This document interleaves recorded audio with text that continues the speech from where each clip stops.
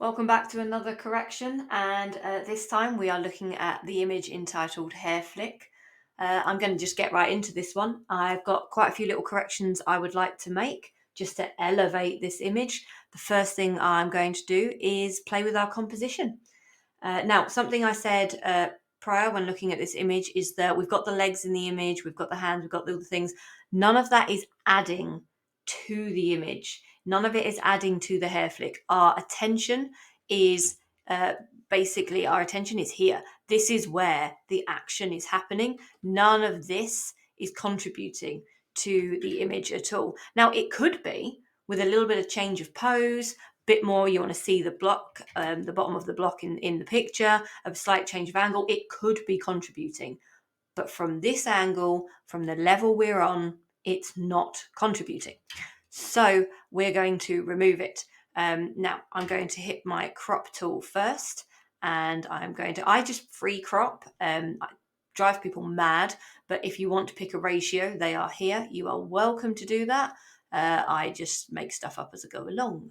So I am going to twist the image as well, rotate the image and bring it in just a bit here.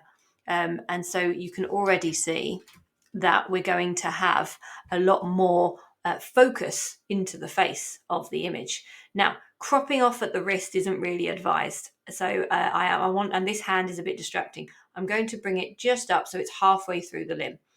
And that way I feel like we've got a lot more drama. Now, her being central could work really well for us here, but I want to bring her off onto a third, and I want her hair flicking into the negative space. I want to feel like she is at the edge of the picture and flicking her hair around, turning around as if she was leaving the room and she just had a moment and you caught her attention and she turned around, and it was this beautiful movie moment that just captured her.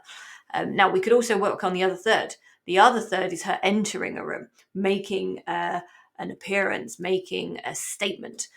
But I like the idea that she's leaving just about there. Now I've got my fill section on content aware on my crop. So this area, if I click enter, should just get filled in, hopefully with darkness. Perfect. It's been filled in there. Absolutely lovely. Now, I like that crop. I think that works quite well. She's right on the third. We've got a nice amount of space around us. So let's move on. The next thing is this image looks a bit dark. If I hit Control L, and look at my histogram, you can see there are no highlights. I would have to drag my highlights right up to here before we start getting the right amount of highlights. Now, before I do that, I'm going to zoom in. You can see that this is a very low quality image. I would need the raw file to do this properly, but overall, I got enough I can work with. We can still make this image quite wow. It's also going to be a low quality because I've not only had a compressed JPEG, I have cropped into that, so I have a very low quality. I mean, if we look right now, it's a 7x5 devoid. It's a small file. So using my patch tool, first thing I'm going to do is remove this hair because it's annoying. And I'm going to move that one. And I'm just going to soften the skin slightly. Now, to be honest, we don't really need the skin softening on this image, but because it's so compressed, the texture looks a little bit harsh. It probably isn't as harsh as this. But what I'm going to do is click Control J to duplicate my layer, stick that on 50%, and just slowly move that over just like that. And if I turn that off and on, you'll see it just softens ever so slightly those artifacts that are getting a little bit too textured. And I can move on. Always remember to look at other skin. Everyone edits a face and leaves a body so textured. We're going to move around. We'll do under the arm as well, where she's sort of tensing a little bit, and come from there. Perfect. So if I turn that off and on, you can see that we've got much smoother skin. Fantastic. Now what I'm going to do, while I've just drawn attention to the arm here where we've squished, I'm going to actually remove this bit to just soften that arm just a bit there. And I can shadow it back in as much as we need. It's just where we've tensed. So the next thing is our brightness. We're going to look at contour.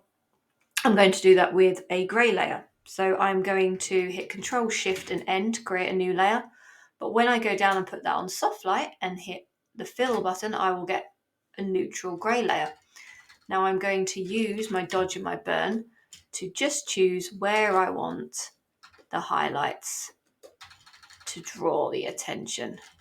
I shouldn't have to do too much with shadows. This is a very contrasty lighting. It's a very contrasty sort of scenario. We just want to make sure the face stands out and the body stands out a little bit less. So I'm going to burn down little areas of the body, not the whole arm. I am just going with where the shadows naturally fall, and shadow where we naturally have the shadow, and I can add a bit of highlight into the areas that I want. And if I turn that on and off, what a difference. You are instantly, turn the background off. If you just look how you draw on totally different places, makes all the difference. Now, before I finish with this layer, I'm going to just draw a little bit into the hair just to enhance that hair just a bit more. Fabulous. Absolutely love that. Perfect. Now, going back to my background layer, these areas on the wall are a little bit distracting. Yeah, it's a grunge effect, but as the highlight for the halo wasn't exactly central behind her head, they are sort of a big distracting patch of texture to one side rather than just coming around here. So I've just cleaned that up using my patch tool here. Now, finally, I'm going to bring that lightness back up, as I said before. I'm going to use an adjustment layer, go to my levels, and you can see that histogram. The reason we didn't do it before is if I had done this correctly and then added my contour, I would be adding lightness on top of lightness and we would have risked overexposing or getting the detail wrong. So always do your levels last. If I turn that off and on, perfect. If I turn my contour off and on, absolutely perfect. And the last thing I'm going to do to take this to the next level is play with my colour a little bit more. Now I'm going to come down to my adjustments again. We'll go selective colour. First thing it gives you is reds. You can pick your colours down here.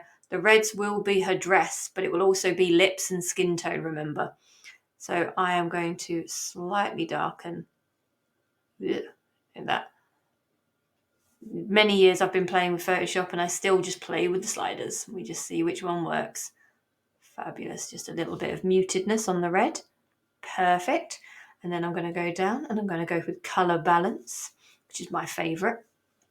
I'm going to go to the shadows, and in the shadows I want some blues. I'm then going to go to my highlights where I want yellow and red for a nice warm tone. So I turn that off and on and it just brings the image to life, doesn't it? It just feels so much more cinematic. It's got so much drama. Let's turn the opacity of this down a little bit. Fabulous. Absolutely lovely. Now you can color grade it how you want. You can make this a warm image, a cool image. You can do whatever you want here.